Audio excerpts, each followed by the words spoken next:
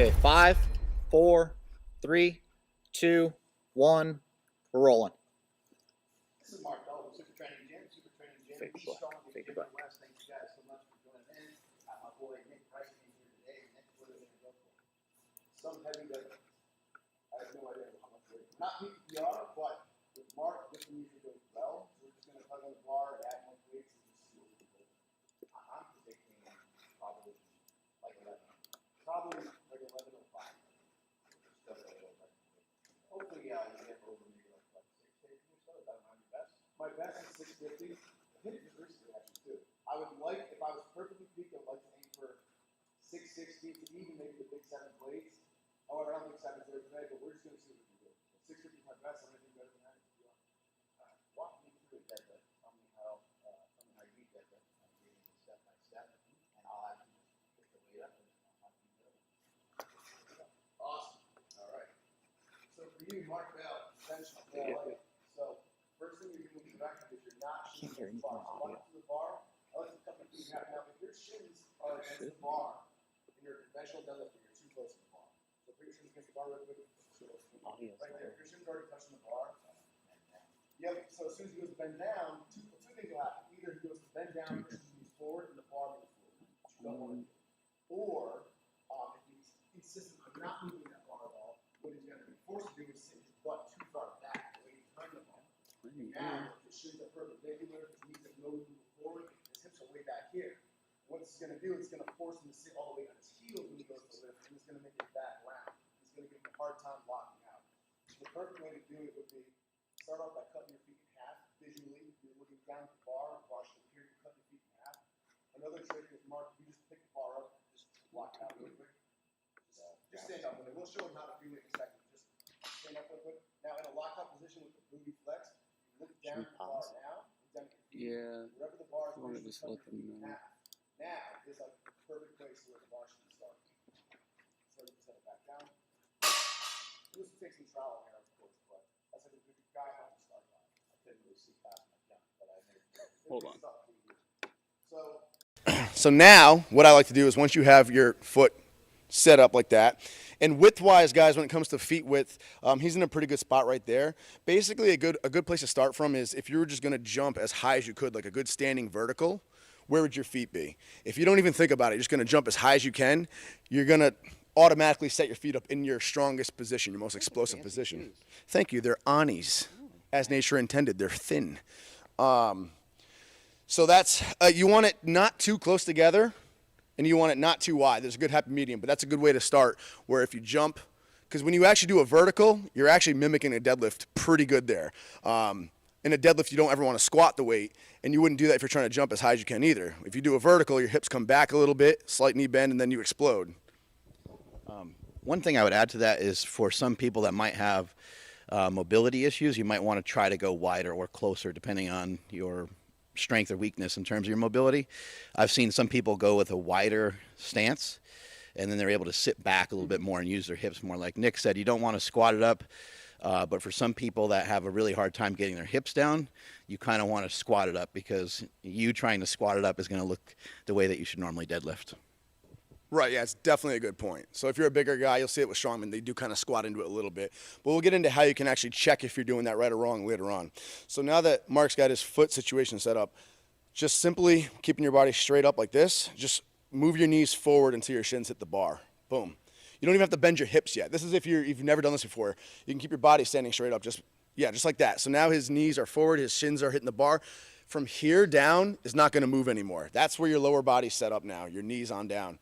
Now, Mark's going to simply keeping his torso nice and rigid, not bending the back at all. He's just simply going to grab the bar without moving those knees forward. And your hips should automatically fall into where they should be. And you see his hips are not all the way down here like the bottom of a squat. They're still kind of upright. That's a good position to where you want to be. Now, once you're in this position, I like screwing the elbows inward. So you're taking this and you're literally screwing them into your body, like we're screwing it into his shoulders. And it's going to take the elbows and cock them in towards your body. And you're doing this, as you're doing this, you're flexing the lats. Picture pulling your lats into your back pockets. You're literally taking your lats and you're sitting them into your back pockets as you're screwing those arms in. Nice, long, extended arms. Shoulders are on, rear delts are on top of the bar. Front delts are in front of the bar. Yep. And then that's a perfect starting position, just like that. And now the icing on the cake is going to be bracing. So as you see, he's breathing into his stomach. So Mark, you want to stand up really quick and show them, just show them bracing in a standing position? Yeah, just trying to inhale into your stomach. So when you're bent down like that, even if you don't have a big belly, even if you have a flat stomach, you'll actually feel your stomach push you up a little bit because it will kind of be resting on your thighs. So for me, I like to kind of go like this, where my hips are high. It allows me to breathe really well from right here. Point the toes out a little bit. I'm going to get a lot of air, bring a lot of air into my stomach, blow my stomach up, push my stomach against my thighs. And go from there. Perfect. And yeah, just feel really, really stable at the bottom. And I love the cue. I think Dave Tate said it, and I think Louis Simmons taught him, right? Show me how fat you can make your stomach look. So that's a really good way to think of it. You know, you're inhaling all this air, and you're punching that air down into your stomach, almost like you're trying to push your stomach through your crotch and onto the floor. And you're trying to break that belt. If you have a belt around you, you're trying to break that belt. So you're extending your stomach out to either side and in front. Best way to look at it is just show me how fat you can make your stomach look. So punching that air into your stomach. And then the final thing here that we're doing is I like to envision the hips. When you go to lock out, you don't want to pull the bar backwards towards your hips. Like your hips don't want to stay back behind your feet and have the bar come to you. That's how you end up getting those grindy lockouts.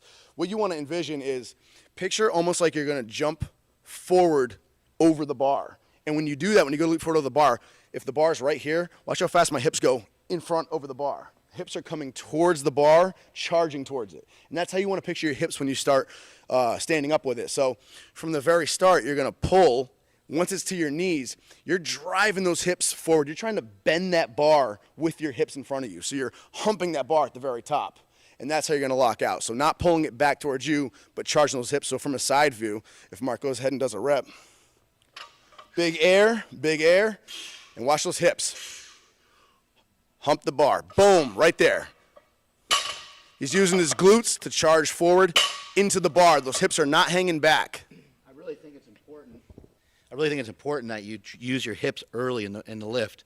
You can protect your back by using your ass in a deadlift. You can protect your back by using your ass. So if you get here and you start to lose your hips and you can't get your hips in there, now it's all lower back.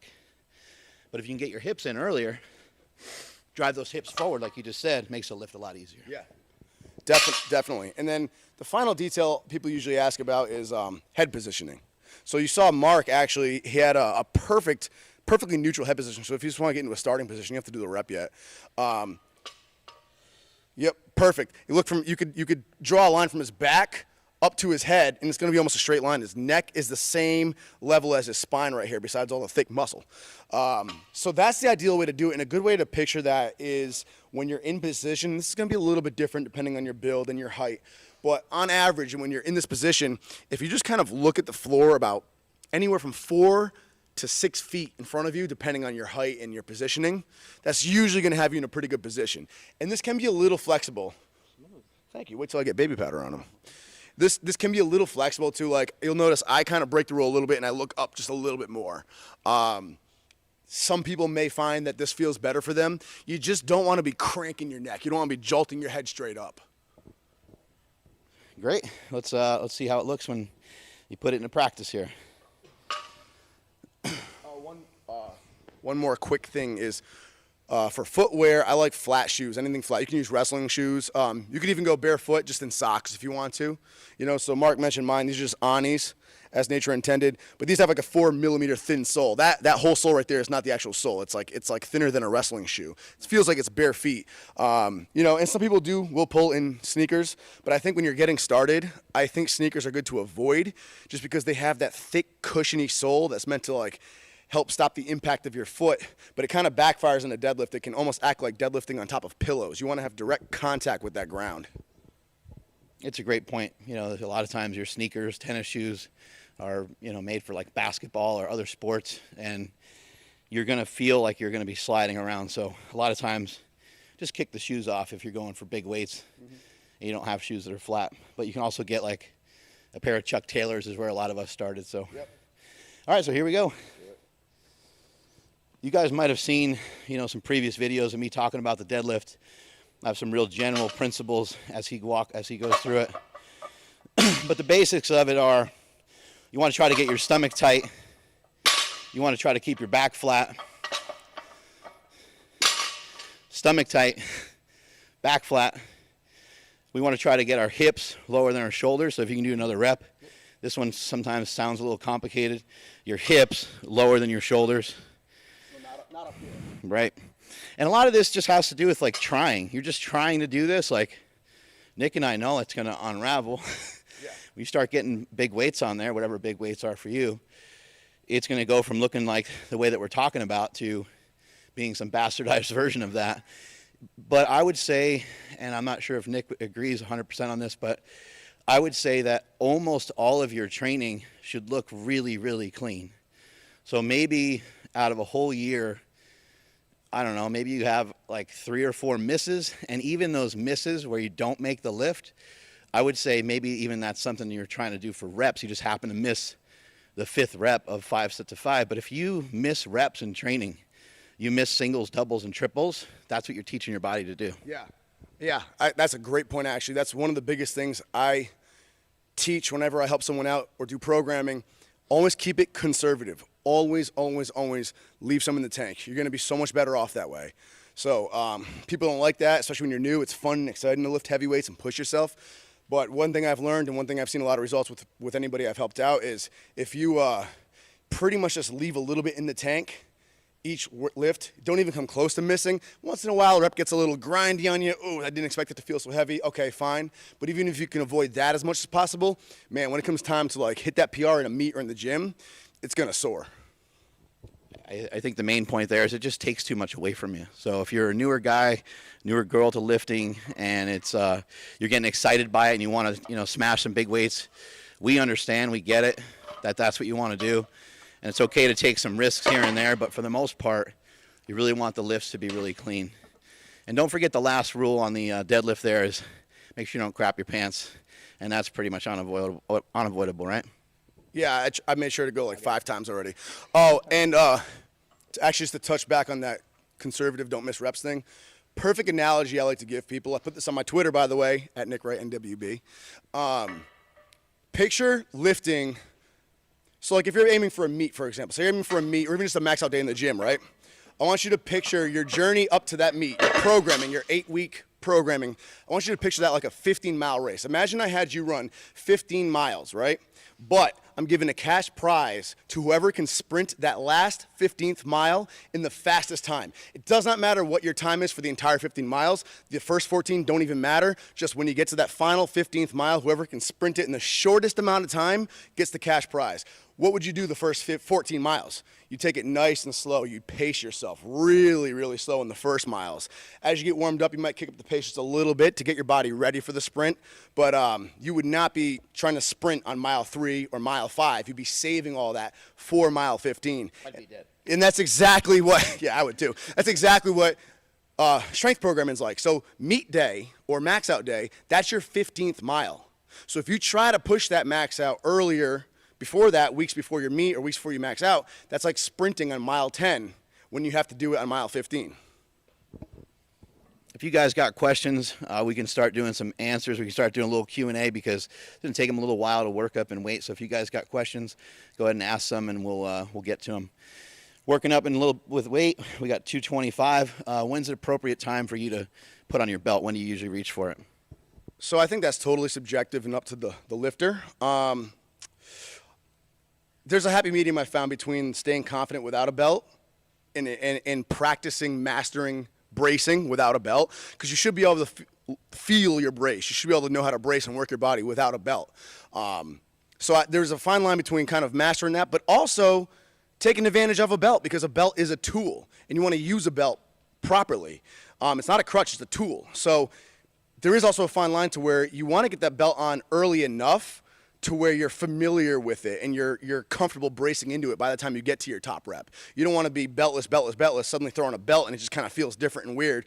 when it's time to max out. So it's different for everyone. There's no right or wrong answer. Personally, around 4 plates now, I just throw it on just so I can start getting like familiar with bracing into it and feel comfy by the time I get to my heavy stuff.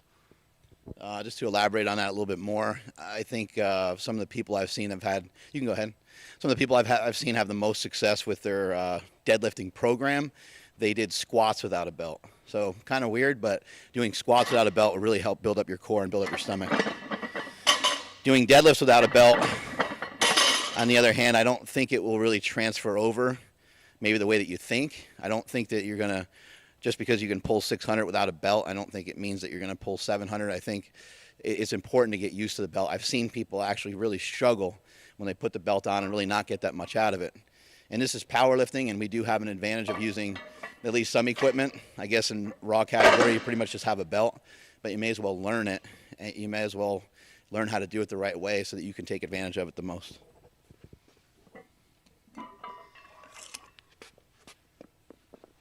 Thank you.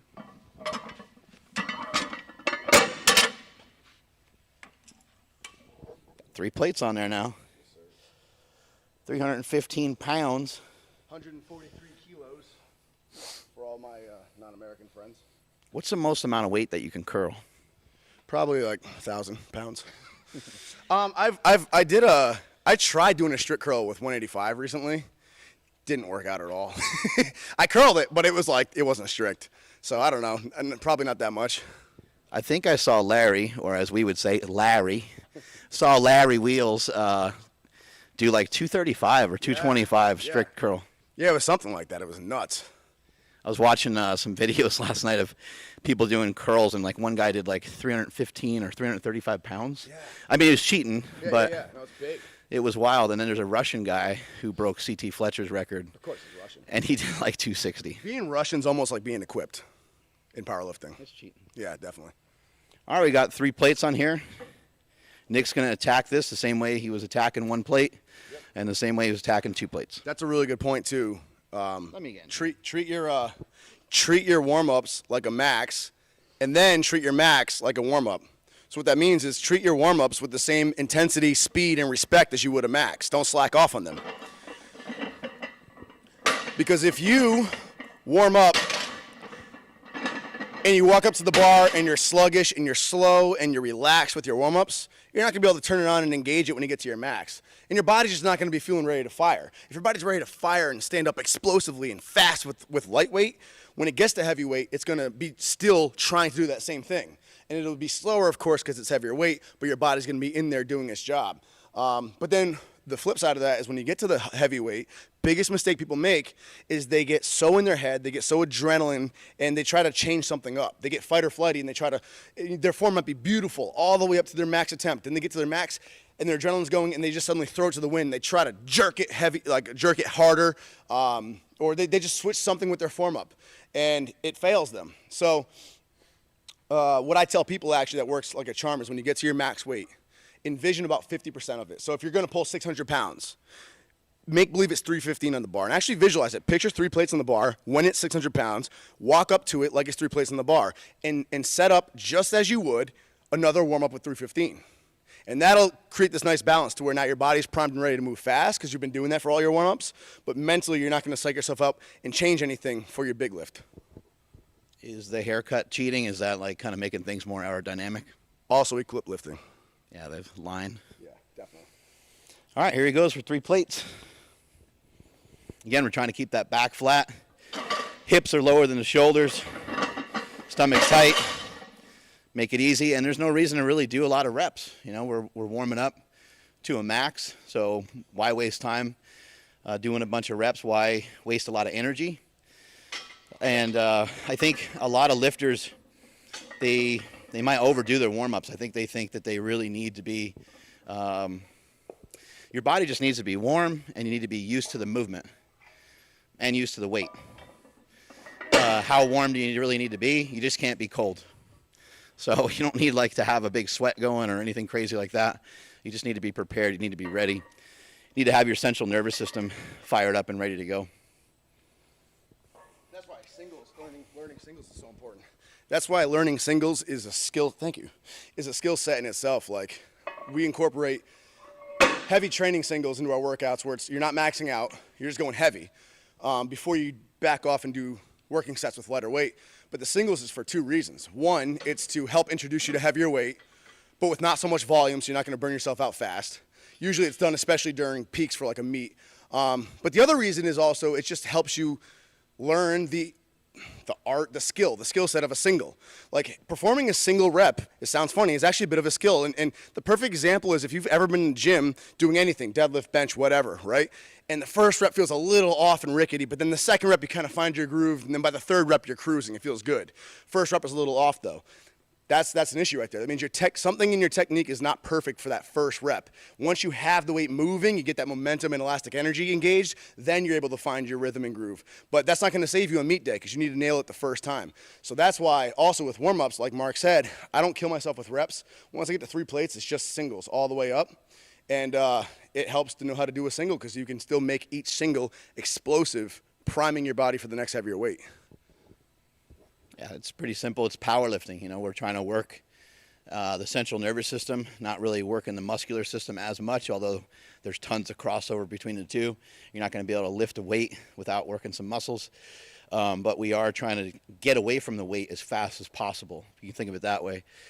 Whereas with bodybuilding or hypertrophy work, we are specifically trying to get tension and time under tension.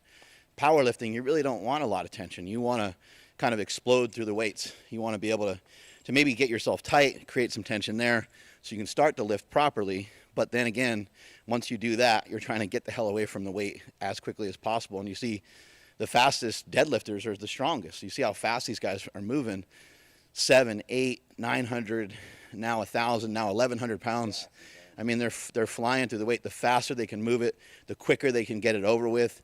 The less likely they'll have any sort of grip problem, or the less likely they will be to be like rounded over or anything like that. And the same thing is true on a squat, and the same thing is true on the bench. So we're belted up now. And actually I think another beneficial thing about belting up kind of early, on top of what I already said, was also because a belt's a tool, it allows you to brace a little bit better. You can optimize your bracing better, get tighter. And that can help your performance at least just a little bit. And so if you help your performance a little bit like that with the warm-ups, you're going to save that much more energy. So right now, if I did this without a belt, I mean, it'd still move easy and fine no matter what. But like maybe just being able to brace into the belt saves just like a molecule of extra energy right there because I can just move it that much faster and easier. That energy is going to go into my final top set, if that makes sense. Like I said, if you guys got some questions, we can start taking some answers maybe after he does this 405 for a single here. Again, notice the technique, the way he lines up on the bar. It's the same, getting tight, moving fast. Does a great job using his legs. He's getting his legs in there, which is a really difficult thing to learn. I think a lot of times I see people do the lift in 2 different parts. How were you able to like learn that? Was that something that you had to go back and say, hey, don't be a jerk, like use less weight type thing? Yeah, it took a lot of time. Part of it was actually... Yeah, just over the years, like what I did is I always had a really narrow stance, and it would make me really fast off the floor. But then I'd always like have a slow lockout, or I'd fail at the knees or whatever, and it'd become a 2-part lift a lot. And what I realized is having my legs so close together made it so I had to bend my knees further, which gave me more quad engagement off the floor, giving me that speed. But then it made it so my hips were way back here and my legs had further to go just to lock out. And it made it so I was also sitting on my heels a lot more when I got to my knees. So what I did is I just opened my stance up a little bit, and I felt that really helped engage the hips a lot better. It pulled my hips a little bit more over the bar just because I have a wider stance now. You know, if you look at the difference, this is exaggerated, but closed stance, bent knees, see how far back my hips are? Now, again, this is exaggerated, but if you were to go really wide, in that same position now, look, my hips are almost over the bar right now and could engage that lift so much better. Now, it's going to be a lot more minute than that in reality, but I found that really helped me get that leg engagement in there and make it one single lift. So I was able to really just drive. I noticed I didn't feel quite as poppy off the floor, but my speed was still consistent all the way up. No more 2-part movements. So yeah, it's just kind of trial and error, and then just figuring out where your weak point is and where your positioning is failing you, and you can see a lot of that just by watching your bar path. Nick's glutes, what you guys didn't see is they look like 2 basketballs in a sack together. Unbelievable. Amazing. If you guys saw what I saw, you'd be paying for this right now. I am Nicholas Minaj. We got some questions? What do we got? All right, I got a couple questions from the YouTubes. Got Joseph Rodriguez. Hey boys, why is it okay to have a bigger belly when you squat and it can negatively affect you when you deadlift? That's a good question, and actually that's the same reason why I had to switch from a 13 millimeter medium-sized belt to a less abrasive 10 millimeter thinner belt and a size larger. It was less abrasive, and the reason is the same. It goes for the same with the bigger belly. When you get into a deadlift position, you want that hip hinged, right? If you don't have your hip hinged, what happens? You bend your lower back, so you have a rounded back. When you bend over in that hip hinge position, you get a lot of stuff going on in here. Your belly, especially when you're bracing, you're pushing that belly out. Suddenly it takes up a lot of space right here. See like area being crowded up? So if your belly's too big, if you were to cram more stuff in this space, it could actually force your back up because it's literally pushing your hips out of that hinge position because there's just too much stuff going on between your stomach and your legs. And the same thing goes with too tight of a belt or too thick of a belt. If you have it too tight or too thick and you go to get in that hip hinge position, in this bent position, while bracing, there's a lot of stuff going on here, and it's going to force your lower back to round out just to get down low enough to grab the bar.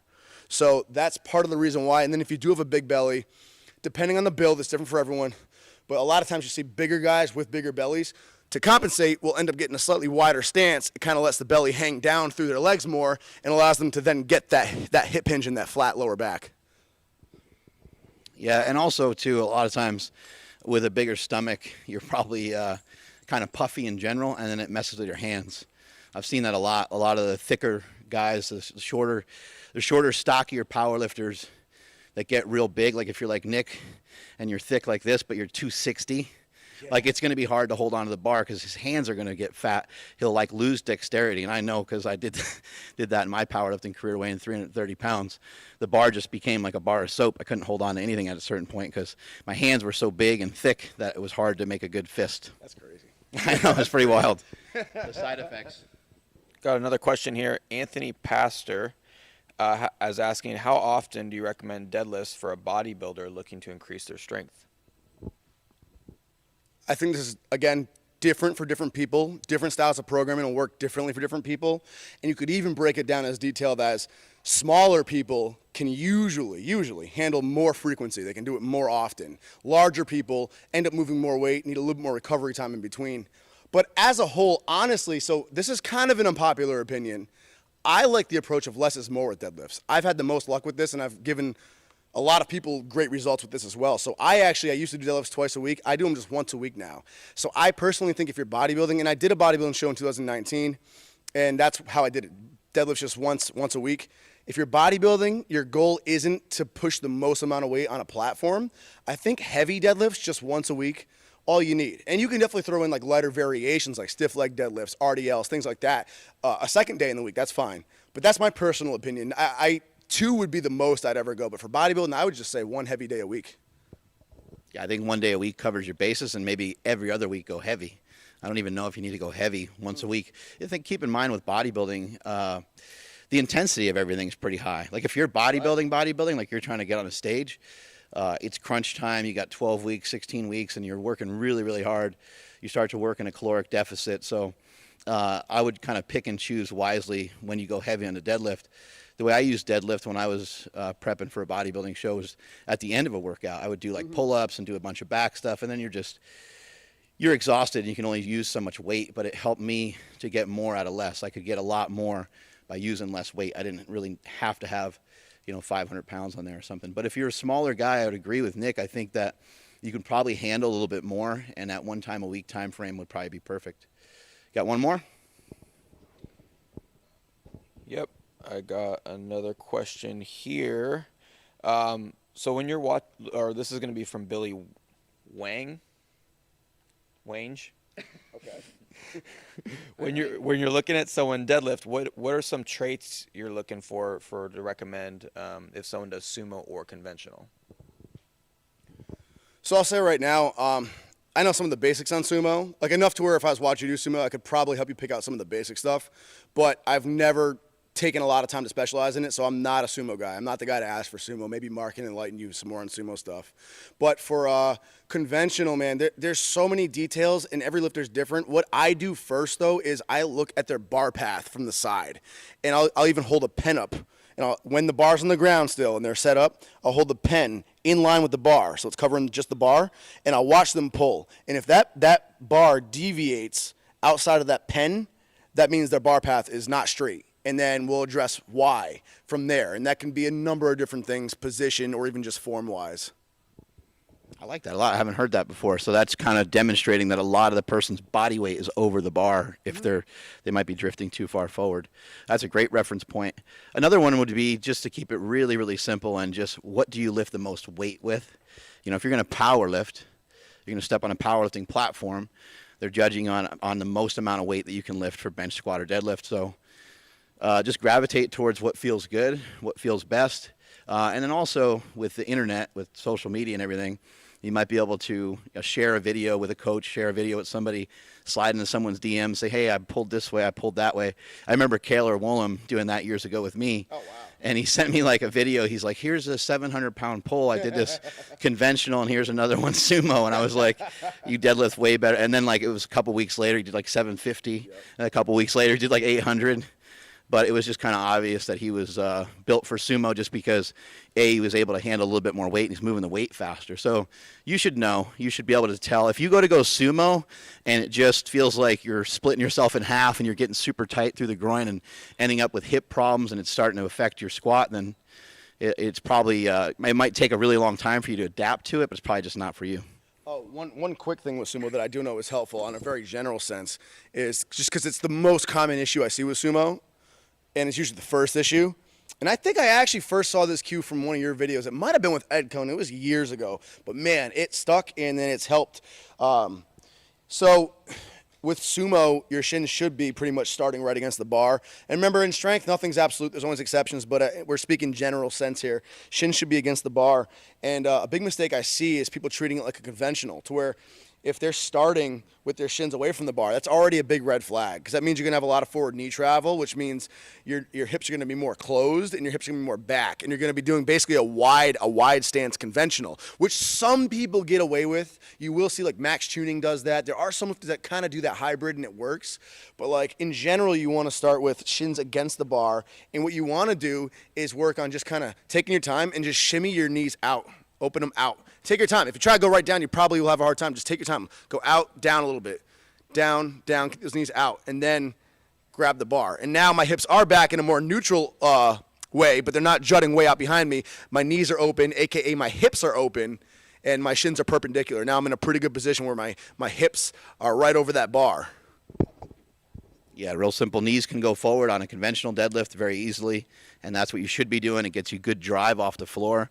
And then with a sumo deadlift, you really don't want the knees to travel forward all that much. And again, Nick did a great job of pointing out there's always exceptions. So after you watch this video, you'll probably click on somebody else pulling 900 pounds the exact opposite way that we just said. But it's just due to like body types. We're just speaking in very general terms. Sumo, you should be right up on the bar. Conventional, you might want to be a little further away so you can get some more leg drive in there. When you do pull sumo, if you are far away from the bar, it'll turn into a two-part lift. Same thing with conventional. If you're too close to the bar, it will most likely turn into a two-part lift. Here we go, 500 pounds, 495 pounds on the bar.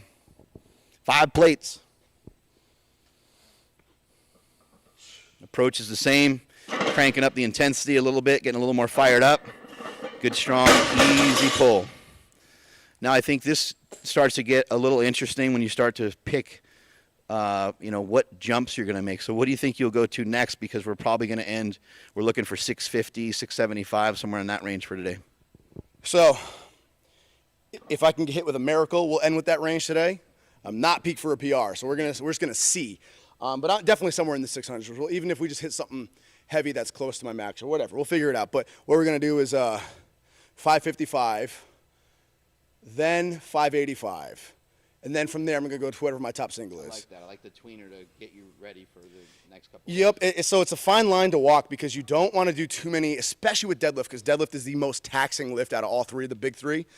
So you don't want to do too many small jumps because you will gas yourself out. but you also don't want to do such a large jump that you shock the body. So if I go straight from 500 to 585, which I've done before, it wouldn't be the craziest thing. My best pull is 650, so 585 is still like 90-ish% of my max, so it wouldn't be the craziest thing, but it still might be just heavy enough to where I'm like, that kind of felt a little heavy, even if it's just enough to kind of psych me out. So what I like doing is a 545 right in between, kind of acclimates me into like the heavier 500s, then 585, which is just below 600. It's close up to 600 where it sets me up for one more big jump, light enough to where it won't tax me out on a good day anyway. And then from there, I'll just make the jump. I like bigger jumps on deadlifts personally. That's me. How long you been lifting for? I've been powerlifting for 5 or 6 years. 2014 is when I started powerlifting. I've been lifting for like 10 years. Just because of me? Yeah, exactly. Lifting for like 10 years, but like, you know how that goes. I started in 06 for bodybuilding, but it's like, you don't really know what you're doing in those early years, so it's a lot of just wasting time in the gym. I mean, I'm telling you, when I learned powerlifting, because powerlifting is such a technical sport, people don't think of it, but it is a technical sport. You know, it's optimizing leverages, it's optimizing physics, the biomechanics of your body. So when I learned how to powerlift, it was almost like relearning how to lift. Like I had already benched, I think 345 and squatting like high 300s or whatever. I never maxed out on squats in my bodybuilding days. But so I already had a base going, but still it was like relearning how to lift all over again, just because you're really optimizing everything. So about 5 or 6 years for PL. What's the biggest difference for you between bodybuilding and powerlifting? Because you've done both and you've been successful at both. And what's the biggest difference for you? Bodybuilding is definitely more nutrition based. Powerlifting is very strength training program based.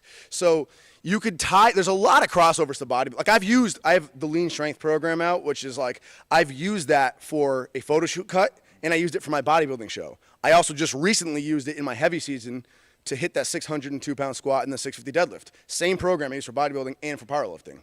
Now I just have a caloric surplus going on. I'm 195 now instead of 170. So, but the program is really intricate, and it's like, it's everything is thought out about it. But if you look at it, it's like they both complement each other. Bodybuilders can benefit a lot from power training. And they just, obviously you have to eat correctly, you have to eat accordingly. And then, likewise, powerlifters could benefit from eating more like bodybuilders, better performance, better health overall. But the biggest difference is in bodybuilding, training, you can be a little flexible. You don't feel like doing this exercise or that exercise in the gym. You don't feel like going heavy, you feel like going light. You can do that and you'll be fine. But you have to stay on your diet. You cannot mess up your diet going into a show for bodybuilding. Well, powerlifting is the same thing with training. And that's what people do not understand, especially when they don't powerlift. You have to treat your training programming just like a bodybuilding diet. So every percentage every week counts. So if something is 72% of your max and you're supposed to do a 4x4 with that, and that comes out to whatever, 452 pounds, don't round up to 460. Do 452 or round down to keep some in the tank. But you got to follow everything to a T, training-wise, just as you would a bodybuilding diet. So that's the biggest thing. The training is so structured and meticulous and important. I think that's a great analogy because it kind of, if the numbers are a little bit off in your powerlifting, it's going to change maybe the way that you go into the contest. If your diet is a little bit off or your nutrition is a little bit off going into a bodybuilding show, it might change some of the preparation. You might have to adjust and do more cardio, and so there's going to be you might have to do a lot of extra tweaking as you come down the stretch. And with powerlifting and bodybuilding, I think people think in bodybuilding, I think people think that there's a lot of tricks. And there are diuretics and there are things that people do. They can lose some water, but there's really the key to looking awesome on stage or for a photo shoot is to be really fucking lean, right? Yeah. It has to be your diet. The drugs will help. They make a big difference, but you have to you see it in the pro ranks even. All the guys are on stuff, but it's like some of them come in better than the others because their diet was just more on point at the end of the day. And it's the same thing with strength too, because I've trained people that are on a bunch of gear, and I've watched them go stagnant because they won't listen to the program. They're in the gym trying to max out every day or failing a lift every day, and so their progress is stagnant. Now they have a little advantage to where they can continue to keep failing those weights every week, whereas if you weren't on anything, you'd just be like in a wheelchair. But it's like they still aren't making leaps and bounds of progress because they're not following the programming. So, All right, we got 545 on here. I'm going to show you guys one more key factor to powerlifting that maybe you guys don't know right after he does this set. It's a secret. 545 pounds. Here we go, Nick. Come on now, move the weight. Let's see it. I'll be aggressive with it. Smooth. Could have done it for 25 reps. All right, hold this just for a second. Yes, sir.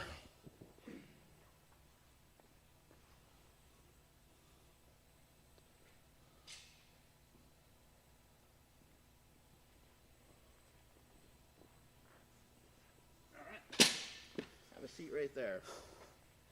Like this or like this? Just like that. That's the key to powerlifting. When you're going heavy, you got to rest.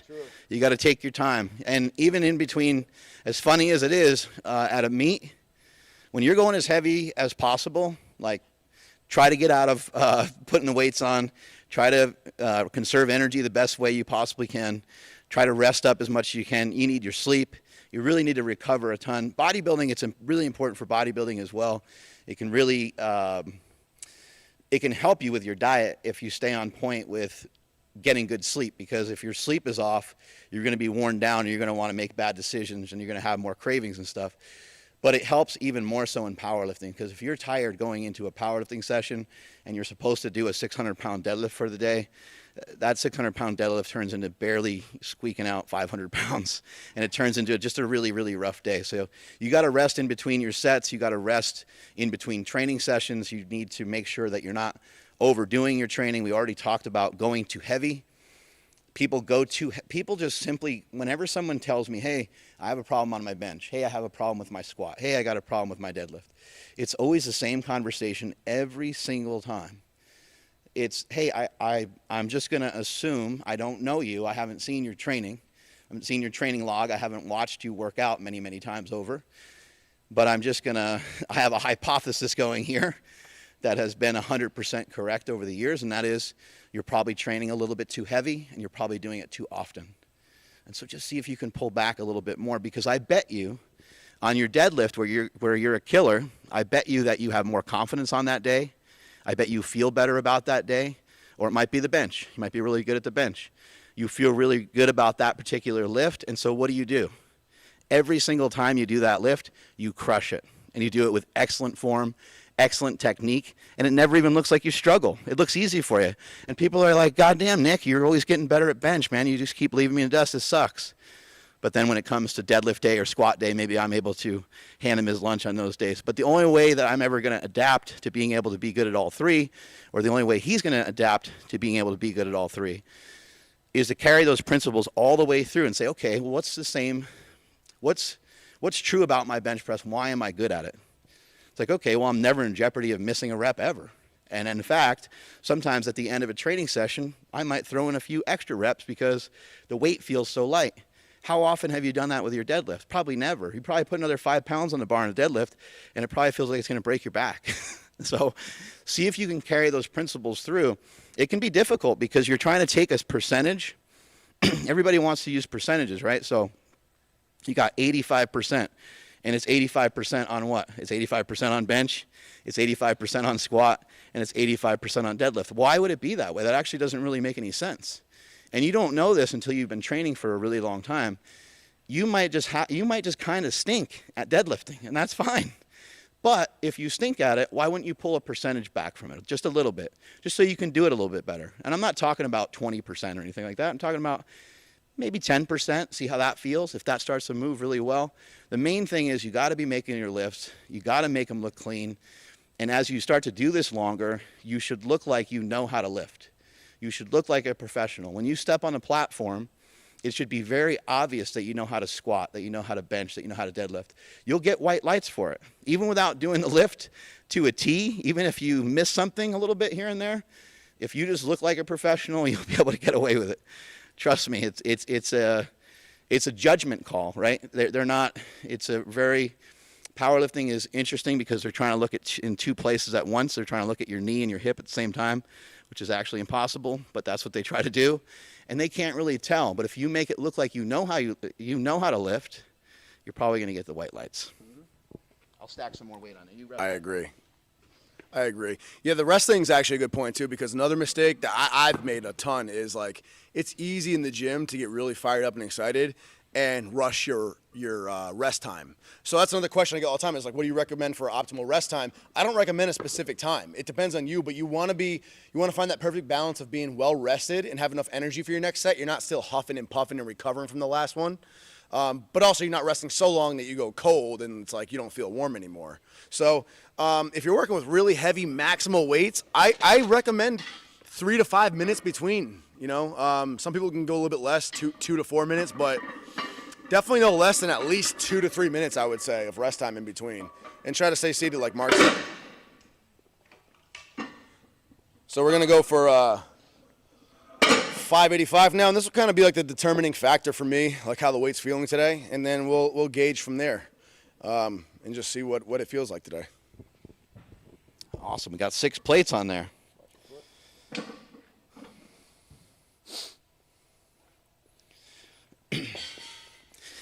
I think a main point that you can take home from today with a lot of what we're talking about, and I know it's annoying because you want to lift with 105% of your max all the time, is that you can get stronger with sub-maximal weights. And the only reason why we know it is because we've done it. Nick, the last time that you did a PR deadlift, what was the weight that you lifted, and then how much weight did you lift in preparation for that over the course of 12 or 16 weeks?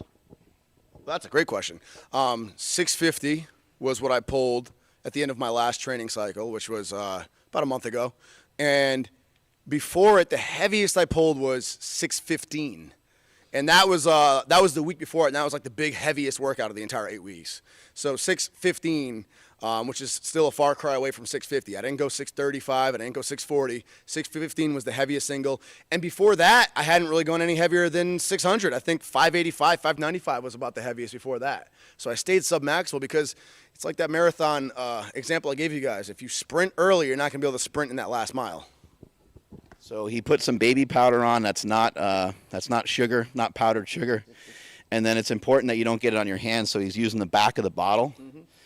Have a friend do this. Ideally, have a friend do this if you're doing it yourself or you've never done this before. I mean, I've done this like a lot at meets now, so it's not a big deal to me. But it helps. It helps because when you're sweaty, man, bars will catch against your thighs and they'll drag, and you'll be fighting against your own skin a lot of times. So it just helps make it move smoother.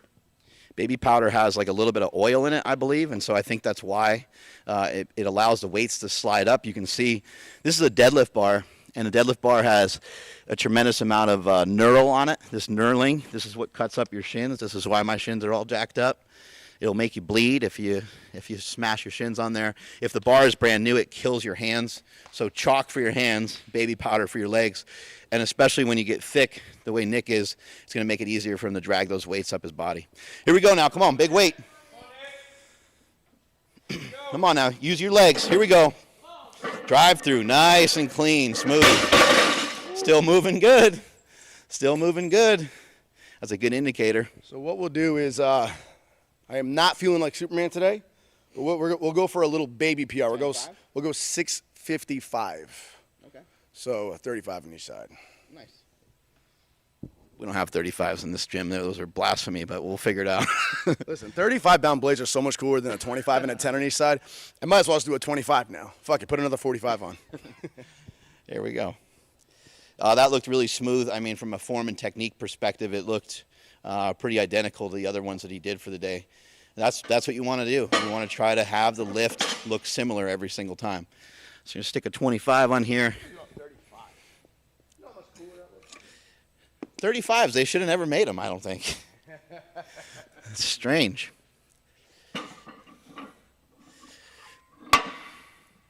don't know. I understand, the 45 is definitely needed because you just need that big boy weight on there, but the 35 is like, I don't know, a little suspicious.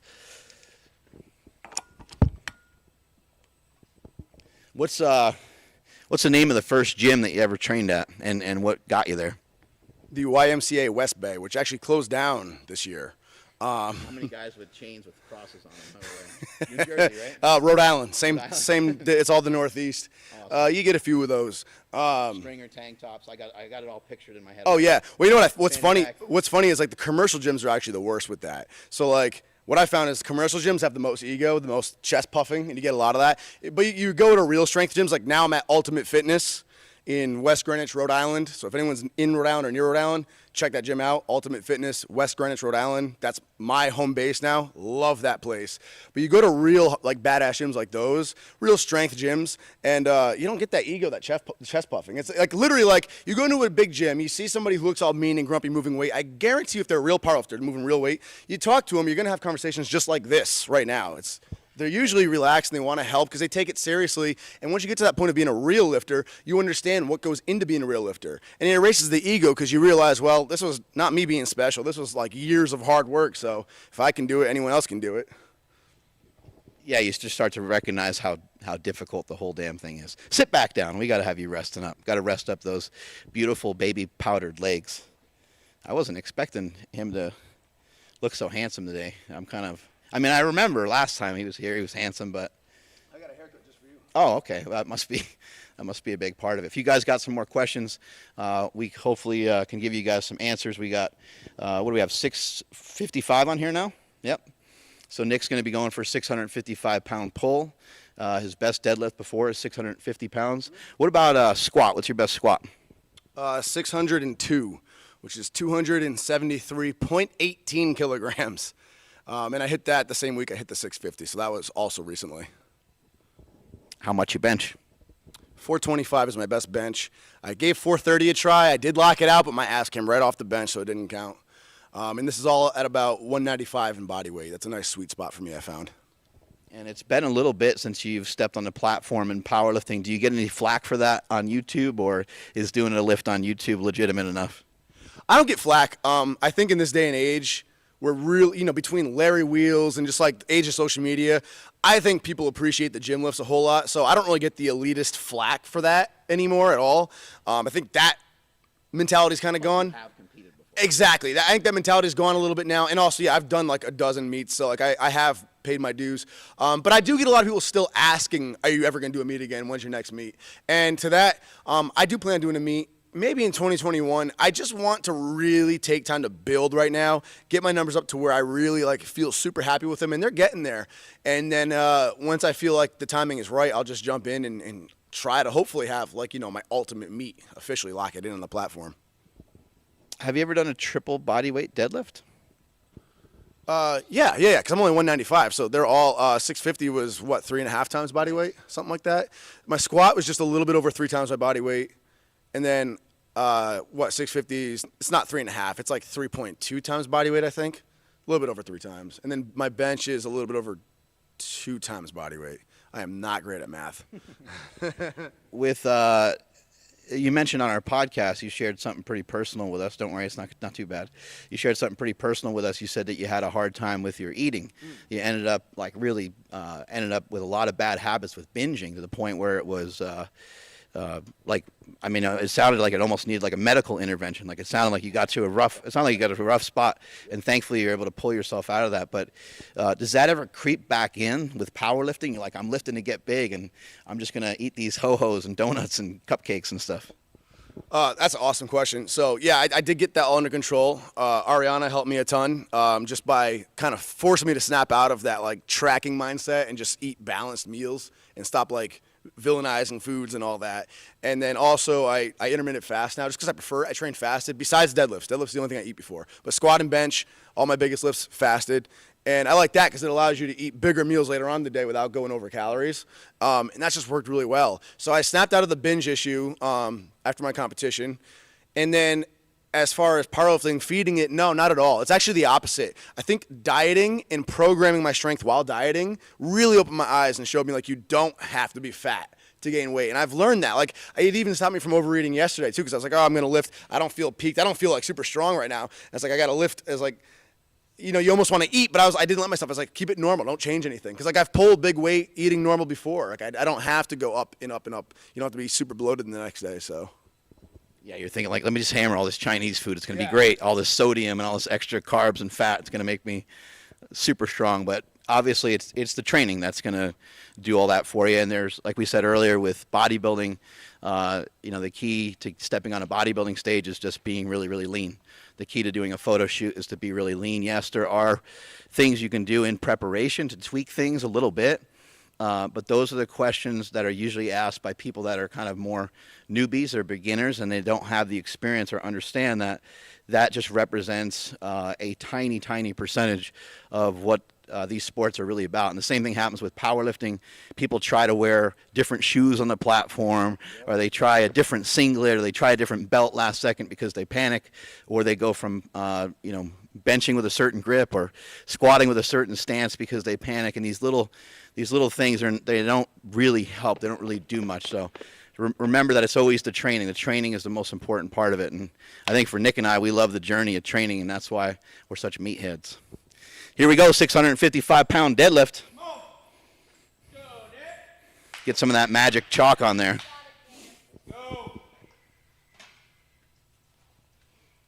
Come on, Nick. Get fired up. There it is. Concentrate now. Do you have any more live ones? There's a little bit in here. Oh yeah, we have a little bit more somewhere. There's another chalkboard right here, I think. Try this guy. Hey, here we go. These unmarked ones, man. You never know what you're gonna get to them. Come on. Let's go. Let's go, Nick. Come on. Come on now, here we go. Get fired up. Get it. Easy. Big weight. Stick with it now. Here it is. Come on now, here we go. Lock it go, in. Nick. Lock it in. Come on, use those legs. Drive through, drive through. You got it, you got it, you got it, you got it. Yep. Oh. Fuck, I got wiggled out. God damn. That was moving pretty damn good. I thought I had it. Ooh. Damn. Is that usually where you'll get stuck, is about right there? Not usually, no. Not usually, no. It just kind of got wiggled out of me there. Oh, I thought I had it. That felt good in my hands. That felt really good in my hands. Damn, that would have been a little 5-pound PR. Whew. Hey, these things happen. This is live. We're not faking anything. We ain't got no fake plate. Well, we have some fake plates around here, but we didn't. Are these real? Smokey, let's get some fake plates over here. Use the fake ones? I know we should would have been a little bit easier, but these things happen. You know, that's what we do. We try to take it as serious as we can. We try to hit weights when we can, but for him to come here and to try a 655-pound deadlift out of nowhere, you don't see me doing it. Right? It takes a lot of courage. It takes a lot of strength to even attempt it in the first place. So that was awesome, man. That was cool to watch. You think you're going to give it another go, or you think you're? We're already here. All right, so here's how it goes. Normally, especially in a gym lift, normally if you fail a deadlift like that, you're done. But we're already here, so I figure we'll just treat it like a meet, right? That second attempt, let's try the third attempt. So, yeah, why not? Yeah, right. Might as well. The worst that can happen is we just do the same thing again. Yeah, I'll just like an instant replay. It's and you know we can't use music because we're on YouTube here, so that adds a little element to it sometimes, just having that music crank and having everybody all fired up for you. But we'll see if we can get a little louder for them on the next one. Again, if you guys got some questions, we got some questions over there. we can answer some questions, but this is you know, the deadlift is an interesting one because it just looks like you just bend down and pick the thing up, and that kind of is what is happening, but it does take a tremendous amount of skill, and you are trying to lock everything in. I didn't really see anything there that I can like magically tell him, hey, like you missed it because of this. Your back did start to round a little bit, but it's Which would make sense to why I failed at the knees too, because usually if you lose that hip hinge and your back rounds, that's usually what'll make it get stuck in the knees like that. So that actually makes sense. That was actually one of the first times I've ever. I really don't fail reps anymore, so I don't even remember when I last failed a rep anyway. But like that was definitely one of the first times I think I've ever failed a deadlift, but thought I had it. Like usually it's like you'll get up and you're like, I don't have it. This one was like, I got it, just keep going. And then suddenly it's like, it's not gonna go. all right. Smoke, we got a couple. Yep. Got a question from 15 Black Fox. How far apart should powerlifting meets be? Typically, the further the better. I mean, it can depend on a bunch of factors. It can depend on how new you are to training, what kind of weights you're lifting. You know, if you're a 1,000-pound squatter, you're probably not going to do a lot of back-to-back meets because you need a lot of time to recover and rebuild that. If you're newer and you're not using crazy weights yet, you can get away with doing them more frequently and still recover and still maintain, you know, maximal weights around training and not like destroy yourself. So I don't think there's one real rule for it, but I think the more time you can get, ideally, the better.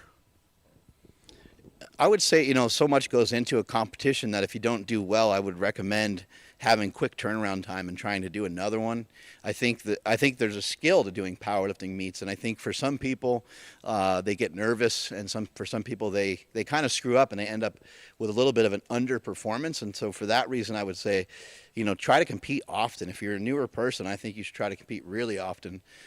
For myself, I think I competed like 6 or 7 times in like a 8 or 9 week period, and this was back when I was squatting 1,000 pounds and stuff like that. But sometimes it was a deadlift meet, sometimes it was a bench meet, but it was just to keep me active, and it was to keep me on the platform, and it was to keep me learning and to keep me motivated and hyped up. And what happened was every single time I went to compete, my bench got a little bit better, and it helped my total a ton.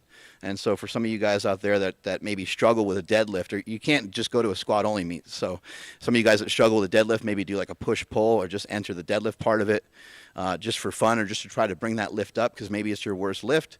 Same thing with the bench press. See if you can develop a good skill with the bench press. Try to bring that up. It doesn't always have to be a full meet. So if you're new to it and you're really trying to gain that skill and get to that next level, compete a lot.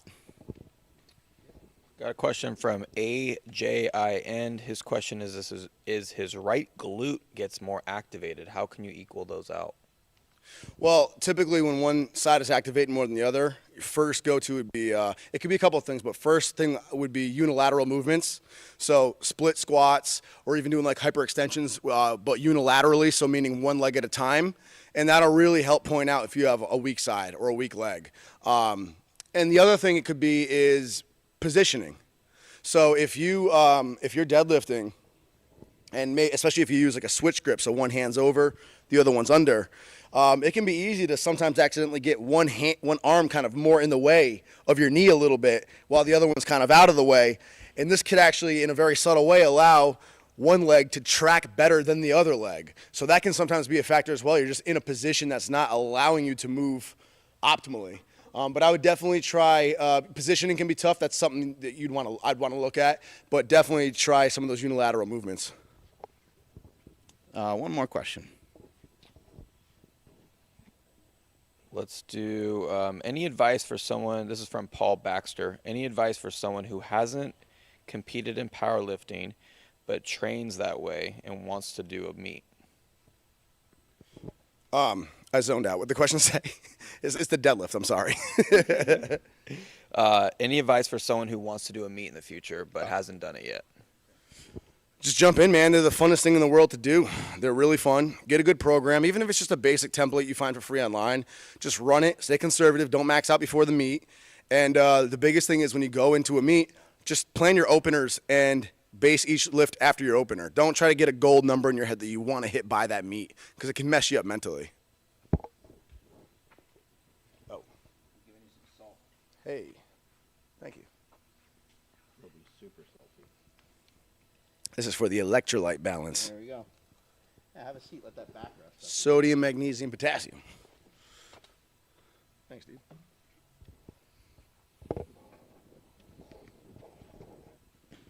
Powerlifting is it's such an interesting sport because it just looks so simple. You're just going heavy.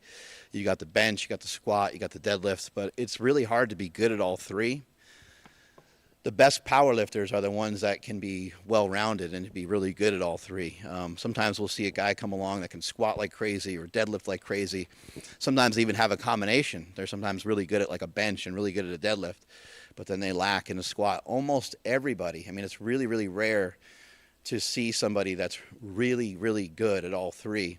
And somebody that comes to mind that's really good at all three is Stan Efferding. Stan Efferding did 800-plus pound squats, 600-plus pound bench press, and an 800-plus pound deadlift.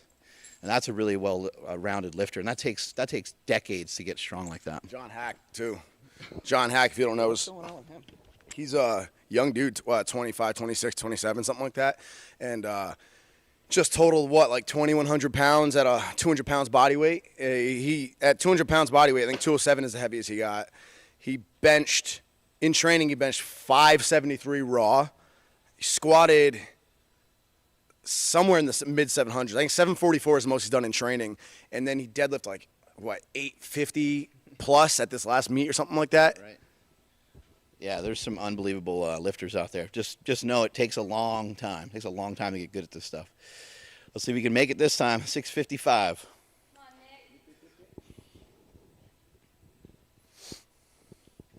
Come on, Nick. Come on, crush it this time. A little more speed. Give it a little extra now. Come on. Get it moving a little faster. See if you can keep the back a little flatter. Come on. Here we go. Here we go. Come on, strong pull now. Come on. Come on now. Here we go. Use your legs. Use your legs. Use your legs. Drive it. Drive it. Drive it. Drive it. Drive it. Woo. That was a good effort. Just not there today, but we'll get it next time. I'll start retraining when I get back home and see if we can chase that big 7 plates next. So, but hopefully, you still got some good information out. You know, we talk about it all the time. I mention it on my podcast. I mention it on my YouTube channel. And sometimes when we miss something or sometimes we don't get something right away, I think it's awesome. I think it's a great gift. This is a great learning opportunity. And I know, like, in the next couple of weeks, I'm going to see Nick, like, on this mission to really bring up his deadlift. And it wouldn't surprise me if he crushed 675 and then some. Yeah, I feel pretty good. I mean, this wasn't peaked. I wasn't peaked to PR today anyway. So it felt pretty good considering. So, yeah, like he said, I mean, something like this happens, it just makes you more excited to get back to the drawing board. So, you know, train it again for like another 8-week cycle and see what we can do at the end of that 8 weeks. I'm excited for it. Yeah. So I'm not sweating it. Whew. Cool. You know, and you're going to miss weights here and there. And like we've been talking about the whole time is, you know, try to, with your training, what Nick's going to do to be able to get 675, he's not going to try this every week. Right. He's not going to, you know, he's not going to try 650 or even 635. Probably be a while before he starts to mess around with those weights. Probably be a lot of repetitions. There'll probably be a lot of sets. Have you utilized any speed work, or have you done maybe like RDLs or some other types of deadlifts to help bring up your deadlift? I have in the past. I think what my focus needs to be right now more than ever, and Pete Rubish actually said this as well, is really hammering away at glutes especially, the entire posterior chain, but glutes especially, through things like I know Pete Rubish is a huge fan of the weighted hyperextensions. Yeah. He uses a shit ton of weight on glute ham raises, things like that. So I'm actually really excited to like put a lot, now that I'm done being heavy for a while, put a lot of extra focus in those accessories. Just build the, because like you said, you noted my back starting to round there, which makes sense. You know, if your back rounds, you lose at hip hinge, usually where the knees is where you're going to fail. So that's a sign. That's a sign of a couple of different things, of course. You know, that can even just, yeah, it's heavy. That can just be, like, you didn't brace good enough. There's a million things. You know, you could have started a little too far close to the bar, but definitely strengthening up your glutes in a situation like that, never a bad idea. So, yeah, that's going to be the move now. So a lot of lightweight and then. Stiff leg deadlifts at all? Not anymore. I don't like them so much. Just I never liked them either. I like them, but I also, like, for me, I naturally have an interior pelvic tilt, so it was always extra hard for me to really keep, like, everything engaged there without getting flexion on your back, lower back, which is obviously the point. You want to get better at them and build it up so you don't have that problem anymore, which I did. But I just feel like, for me, everyone's different, but just for me, my build and everything, there's just some other options that I think would probably be a little bit more effective for me. Any bent over rows or front squats, or like what are some of your go-to assistance movements for the deadlift? Yeah, I like bent barbell rows. I actually don't do pendlay rows. I like the classic, like, Ronnie style 45-degree back rows. I definitely like that a lot. I love the unilateral stuff, which benefits both squat and the deadlift. So, you know, like we discussed, the unilateral hypers, unilateral split squats. I did do a whole training cycle with the front squat recently, which felt great. Worked up to, for having not really worked hard on the front squat, I was pretty happy with it. Worked up to like 405 for a triple and then 455 for a single on the front squat, which felt good.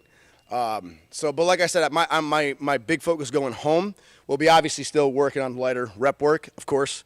And I like working on speed reps like raw, not so much with bands. And then a lot of glute work, a lot of glute posterior chain work, especially with glute ham raises and things of that sort. Is the speed work on like a separate day, or is it on the same training day, or is it mainly just practice through warm-ups and stuff like that? So I used to do, I mean, I've done all sorts of styles of training. I've done conjugate style training, so you have like your dynamic days and your max effort days. I've done that.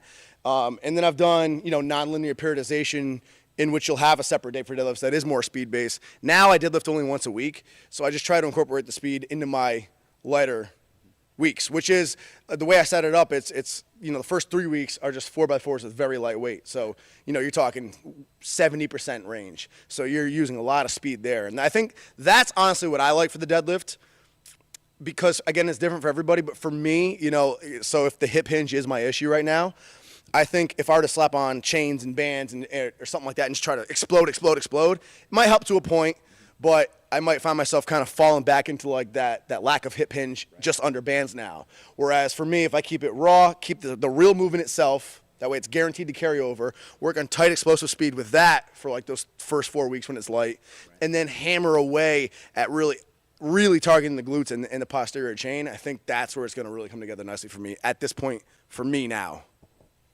Have any success with rack deadlifts or anything like that? Because it seemed like it would make sense maybe to try to deadlift from a similar position and maybe handle some different weight for reps or something. I mean, maybe possibly you could do that movement and still handle 550, 585 and do sets of 3 or 5 or something like that. Yeah, I've played with block pulls before. I'm not a huge fan of them.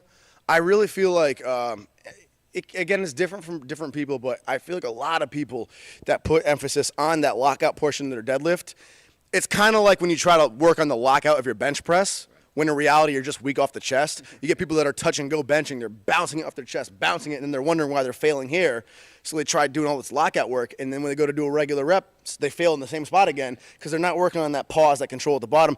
I think a lot of times it's the same with the deadlift where really getting strong from that. Like, out of all things, actually doing deficits for a while is what really helped me bridge a gap with my own deadlift. I would do block pulls for a while, wouldn't get much out of them, because once I'm high, I mean, you could argue this one's you're blue in the face because you're starting, you don't want to start super high. You usually try to start a little bit below the knees or at the knees with blocks, obviously. And you could argue that is where I stalled out, so that could help engage them, and it definitely could. But if there's another issue to where my glutes just aren't engaging optimally from the very bottom, then it's like I'm still going to probably fall out of position as soon as I start lifting from the ground again. So what I found is, like, for a little bit, deficits actually helped me a little bit just because it really helped me engage those hips. It's because deficits, it's easy to make your hips shoot up on you. So it forced me to really engage that lower body. Like you mentioned earlier, I keep it one movement, and they helped me a lot with that, working from the bottom up. And that carried over nicely to where this is like the first rep. I can't remember the last time I failed the deadlift rep. So, yeah, so for me personally, I'm not a huge fan of block pulls. That's just me. I don't think they did much for me. And I think there's a lot of people that could benefit from focusing on maybe other aspects of deadlifting before block pulls and get more out of it.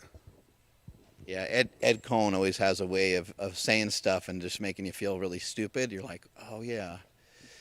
He's like, everything always has to do with how you start. And it's like, you can carry that through a life analogy or anything. It's like, yeah, how you start is oftentimes going to be indicative of how you go through the movement or how you finish it. Powerlifting is tricky because we're trying to like produce maximal force. We're trying to move these big heavy weights, but we're trying to like maintain a position, which isn't really that hard, but to maintain a position throughout a range of motion gets to be really difficult. So to try to do a squat and to try to keep your body organized in a way that you're going to do a squat efficiently, everything matters. The way that you start is going to be a big part of it. Where do you have the bar? How tight is your stomach? When you go to do the deadlift, how much of your body is starting to get over and out in front of the barbell? If you get more weight going this way, now we have more that we have to fight against to stand up. Just makes it that much harder. So work on that positioning, work on your form and technique. Nick did a great job and kept his form and technique throughout the entire workout. When he got to the 655, back rounded a little bit, mainly because he's not peaked for this particular weight at this particular moment. But we know moving forward that he'll be able to make some corrections and be able to kind of clean some of that up. If we have a couple more questions, we can take on a few more.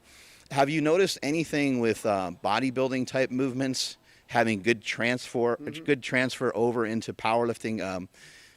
Anything from like a leg curl to like a hack squat or leg press, any of the bodybuilding, even just training your arms. Yeah, definitely.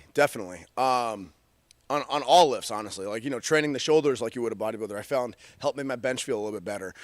Dumbbell pressing, huge. I think dumbbell pressing is one of the most underrated bench press accessories. I gained so much extra strength from heavy dumbbell pressing, and last year when I stopped benching for a little bit, I just did dumbbell pressing. Yeah, we hit some good ones here. Yeah, and we came back to benching. I didn't lose too much strength at all after not benching for a long time because dumbbells. So they're a great accessory. Even incline dumbbells helps get that upper body worked even more, kind of like a feet up bench press almost. And you know, for lower body, yeah, you mentioned the leg press. Leg press is a great one. It gets overlooked in powerlifting, and you would never want it to be your bread and butter of powerlifting, but like as an accessory that you end your leg workout with, absolutely, it's a way to get extra hypertrophy in the legs. You're still getting extension of the knee. You're getting contraction and extension, stretch and contraction of your quad and hamstring, and you're even getting a little bit of that hip extension started with the glute, just enough to give your glute a little bit of a pump. You know, and it's not the same as squatting, obviously, so you wouldn't want to make it your bread and butter, but that's extra hypertrophy on the legs without taxing your whole entire body the way a squat would. Speaking of bread and butter, we got a question from Smokey. I do like bread and butter. Who doesn't? It's amazing. I can't get past it. You keep saying it. Lost my question, so that's perfect. Is that me now? I'm just going to make one up. That's confusing. From Lil Smokey. Little Smokey.